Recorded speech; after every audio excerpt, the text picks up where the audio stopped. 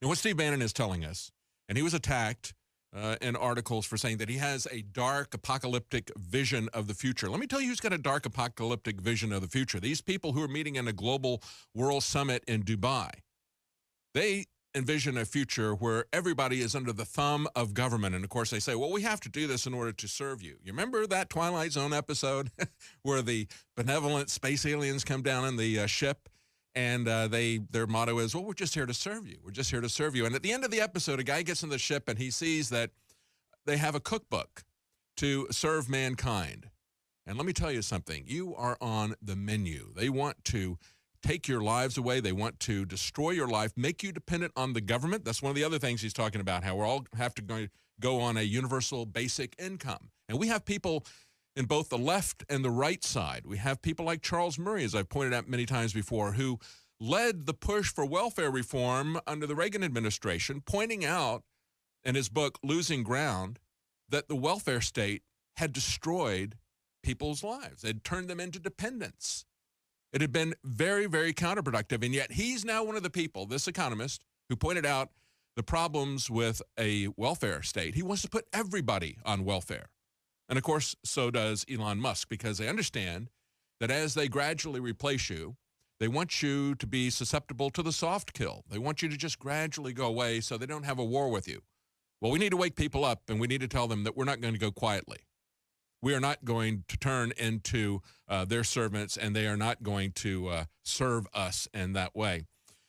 But as you look at this, and as we had Jim Webb point out, they're coming after all the key people in the Trump administration. One of the others that they're coming after is Stephen Miller. There's a Breitbart article there talking about how the New York Times is trying to paint him as a far-right gadfly with little policy experience. No, actually, this is a guy who has a great deal of political experience on Capitol Hill. He began as one of the youngest press secretaries on Capitol Hill when he was 22. And then he became advisor to Senator Jeff Sessions. And in that capacity, he helped Senator Sessions become an advisor to Donald Trump. And now they have derailed TPP, as they point out in Breitbart, the wage-slashing globalist trade deal and immigration expanding legislation. That's what TPP is. He helped lead the fight of that, against that. He helped to educate the public as well as candidate Trump and now President Trump. So one of the first things that Donald Trump did is to kill TPP. And if you want to know who's to thank for that, it's Jeff Sessions and Stephen Miller. Jeff Sessions was one of the earliest people to endorse, if not me, I think he was the first person in Washington to endorse Donald Trump. And it's the only person that he's ever endorsed for a president. They say that, as they point out, he's tough and determined populist, but they portray him merely as a bomb-throwing email spammer in the article by the New York Times.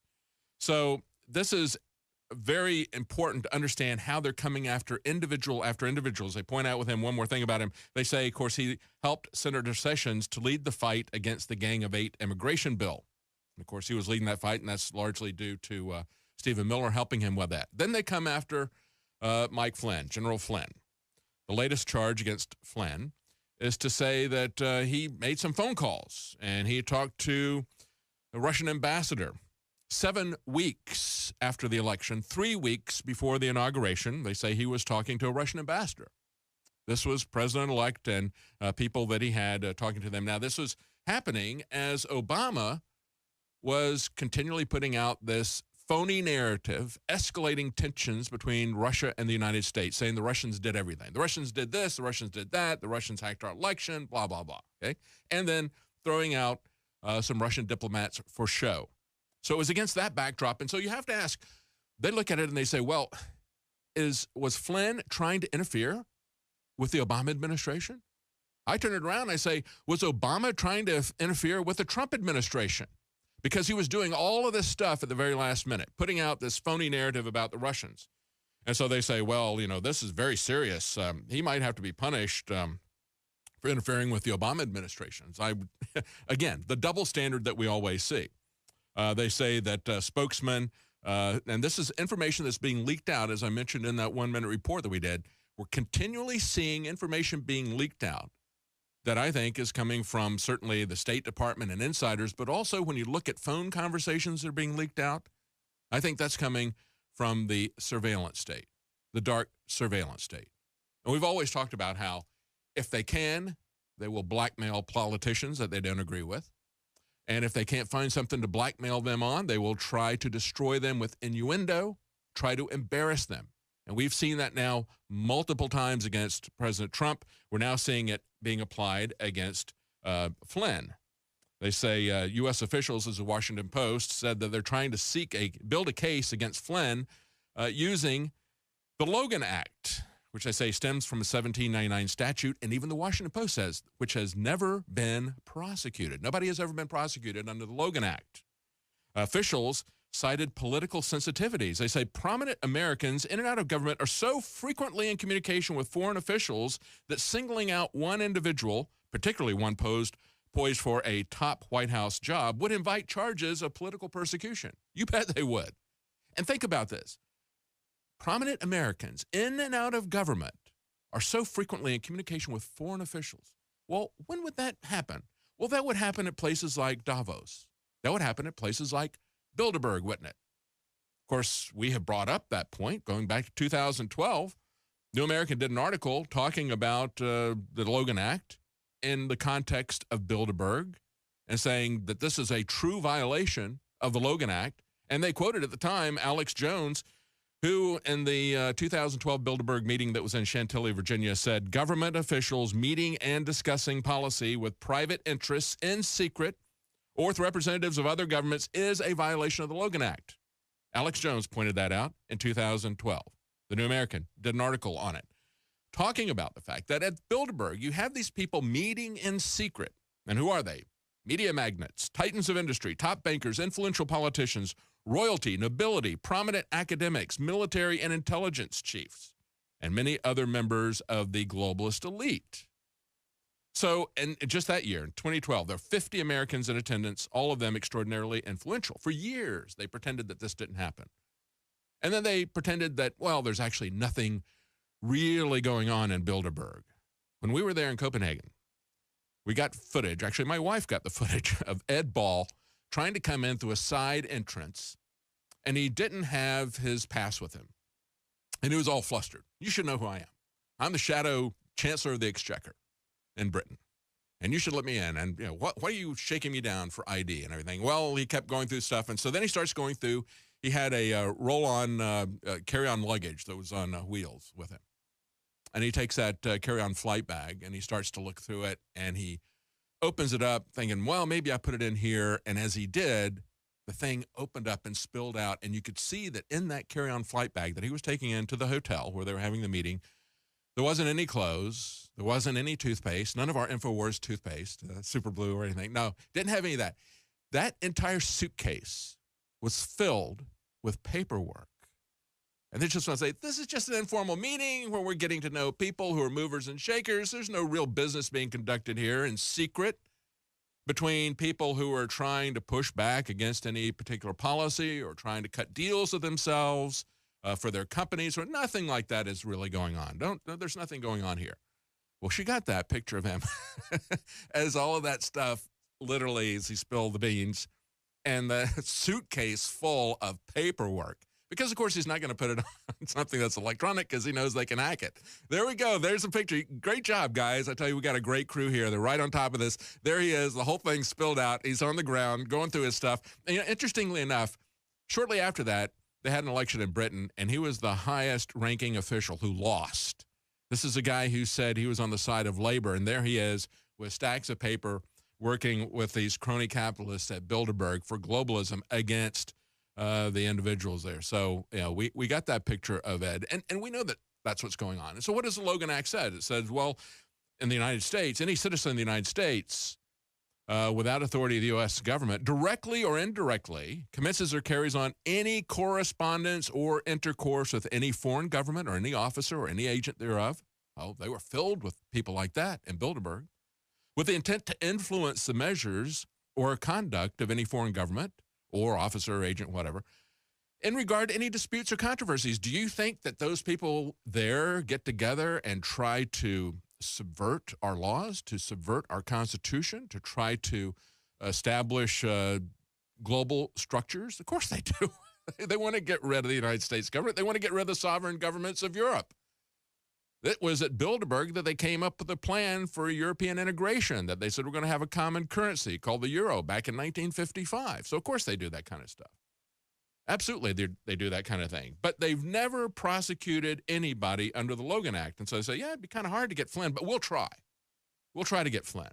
We'll try to, even though we've never prosecuted anybody since 1799 under this law. Of course, remember, there were other infrequently used laws that the left used. Obama, the 1917 Espionage Act, he sent more journalists and whistleblowers to jail using that obscure act that was done 100 years ago. He sent more people, prosecuted more people under that law than all the other presidents in the 100 years before him combined. And then, of course, he took the Antiquities Act, and he used that to take tens of millions of acres of land throughout the country, saying, well, we're going to now declare that to be a national monument. We're going to take half of a state and declare that it's some kind of a monument. No, they abuse laws like that. That's precisely what they do. So we have to understand that this is where they're going, and we have to understand that they're focused on people who are real movers and shakers. Now, there's one other person that they're focused on, that they're really upset about, and that's Betsy DeVos, the education pick, Donald Trump. And I'm still not really sure about Betsy DeVos. I know why they're upset again with her. They're upset about the charter school issue. And I have my concerns with charter schools as well. I was always for anything that I thought would give people more choice. But if you look at it closely, you can see that it really does kind of enable crony capitalism. We've seen that happen, and there's an excellent documentary, and I've talked to the filmmaker Mark Hall multiple times here. It's called Killing Ed. And they take a look at the very worst case, even worse than crony capitalism, and that is the Fatah Gulen schools that are operating in the United States and getting $500 million of government money. So we have to be concerned about how charter schools are run. And understand that when we look at education, we look at the Department of Education and the government's role in education, you always have a situation between the Republicans and the conservatives and the Democrats and liberals on the other hand. The Democrats think that government can do no wrong, that corporations can do no right. And many libertarians think just the opposite. They think that government can do nothing wrong and that government can do nothing right and that corporations can do nothing wrong. And that gets us into this situation of charter schools. The reality is, I think we need to get government out of education, especially at the federal level. There's absolutely no reason for us to have government involved at the federal level.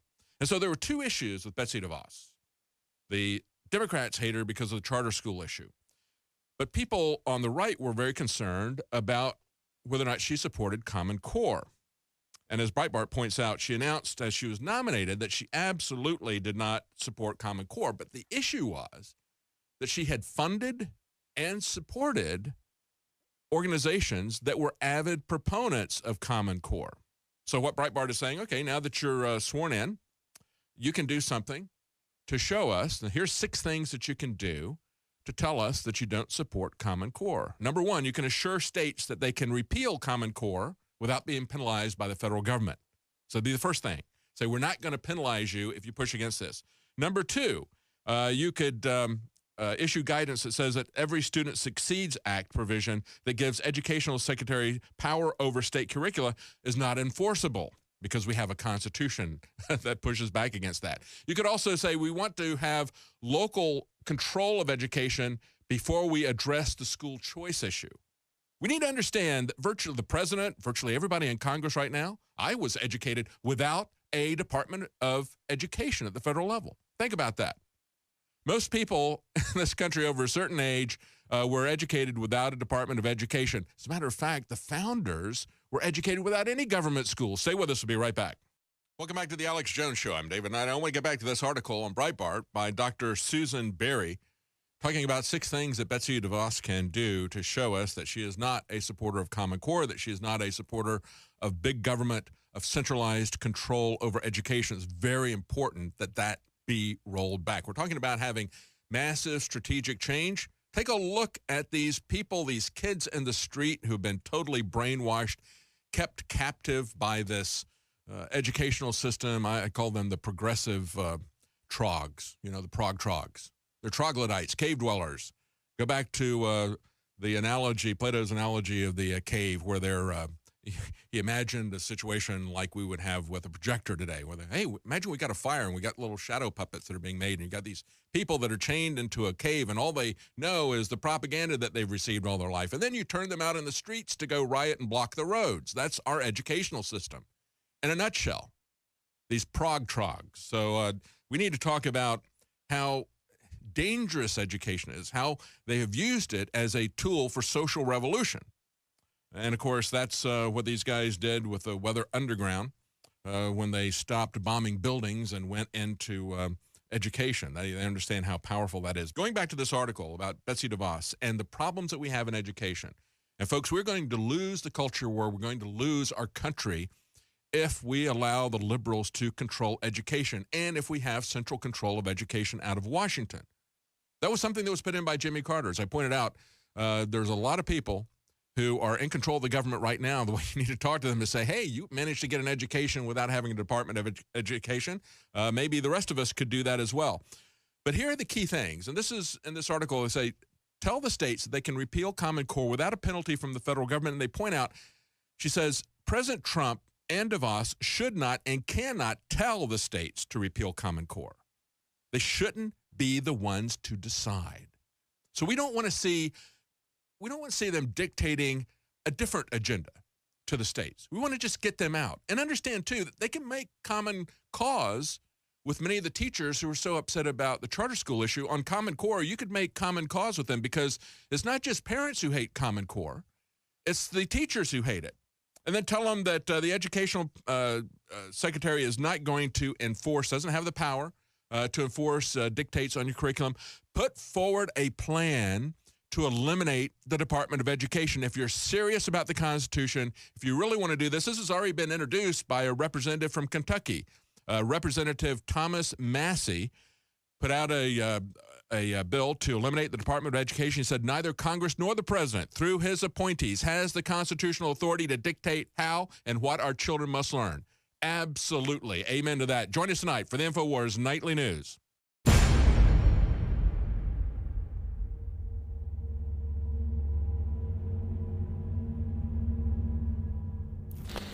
This has been adopted as of 2017 by the Department of Defense. All four branches of the military, Combat One. And guess who in the spring of 2017 has the exclusive right to sell this to everybody else but the military? Infowars.com. I want to commend Q and Patrick and the rest of our team. I want to commend Combat One for getting the big Pentagon deal. And I want to thank them for supporting us because they know we support America. We are the exclusive source of Combat One skin and muscle optimization, field foam, field spray, skin and muscle optimization, and broad spectrum hygiene tactical bath. Contains 8 pre-moistened cloths. Ladies and gentlemen, these are incredibly affordable, and they have patented proprietary systems. That's why it's been adopted by the Pentagon, by the Defense Department, system-wide. I'm going to go over some of the numbers, some of the proven statistics, and the claims that Combat One can make right now.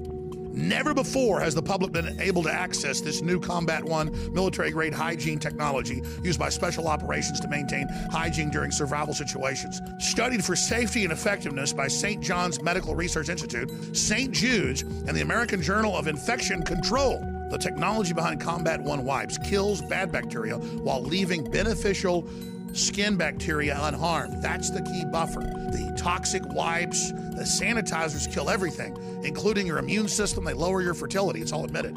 Combat One is able to do this naturally by only targeting the bad stuff. And again, it's all patented. It's super secret. 12 years, Special Forces testing it. This is something every info warrior needs to order, needs to have in their home, needs to use in their daily lives, whether it's cleaning your guns or your own skin or when you're out camping. This is the game changer. The entire family of Combat One is available exclusively at InfoWarsStore.com. Just coming back from the river where I was using one of our water filtration straws, a certain device we sell here at InfoWarsStore.com, and I had smacked my knuckle pretty hard the other day with my knife, after cleaning one of the animals. So I want to use some Combat One foam, show you guys that we actually use it, how well it works. This wound's been open for about 5 days now. I just dipped it in and out of the river, so just to better safe than sorry.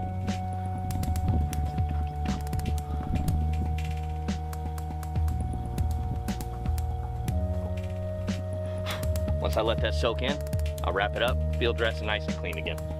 And it certainly is coming to the rescue with Combat One, born in America, made in America, and now distributed by Infowars to America.